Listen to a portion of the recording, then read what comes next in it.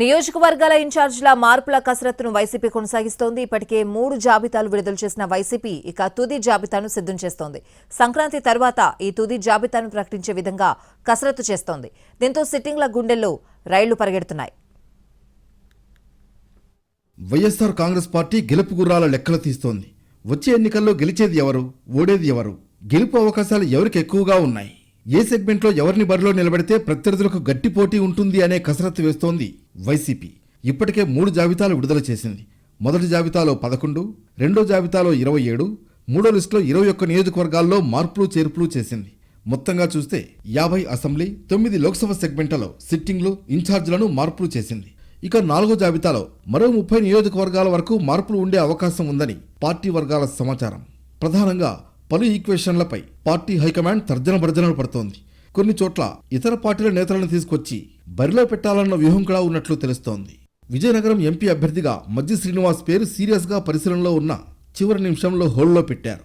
Sitting MP Bellana చంద్రశేఖర్ను కొనసాగిస్తారా, లేక మజ్జి శ్రీనివాస్నే బరిలో పెడతారా? అదీ కాదంటే మరో ప్రత్యామ్నాయం చూస్తున్నారా అన్నది తేలాల్సి ఉంది. అనకాపల్లి ఎంపీగా విశాఖ డైరీ మాజీ చైర్మన్ ఆడారి తులసిరావు కుమార్తె పేరు వినిపిస్తోంది.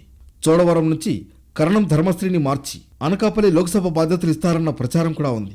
కాకినాడ నుంచి చలమలశెట్టి సునీల్, రాజమండ్రి నుంచి సినీ డైరెక్టర్ వివి వినాయక్ పేర్లు వినిపిస్తున్నాయి. గుంటూరు నుంచి మాజీ ఎంపీ మోదుగుల పేరు ప్రచారంలో ఉంది. నరసరావుపేటలో సిట్టింగ్ ఎంపీ లావు కృష్ణదేవరాయలని తెప్పించి బీసీ అభ్యర్థికి ఇవ్వాలని పార్టీ భావిస్తోంది.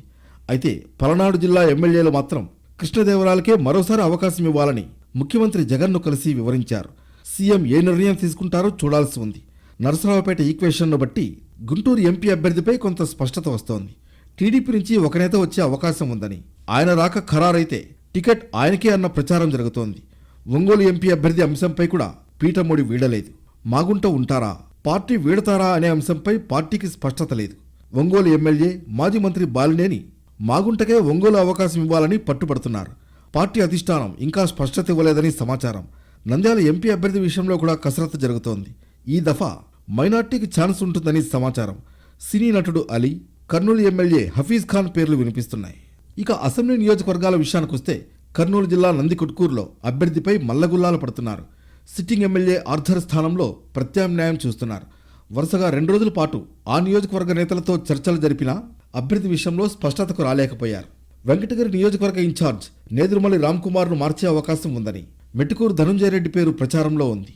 మడకశిర, సింగనమల నియోజకవర్గాల్లో సిట్టింగ్లకు షాక్ తప్పదు. కొవ్వూరు, గోపాలపురం నియోజకవర్గాల్లోనూ మార్పులు లేదా స్థానచలనం ఉంటుందని టాక్.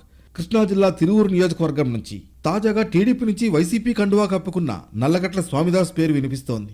మంత్రి గుడివాడ అమర్నాథ్ భవిష్యత్తు ప్రస్తుతం అగమ్యగోచరంగానే ఉంది. రెండో జాబితాలో ఆయన ప్రాతినిధ్యం వహిస్తున్న అనకాపల్లికి కొత్త ఇన్ఛార్జ్ మలసాల భరత్ కుమార్ను నియమించింది పార్టీ.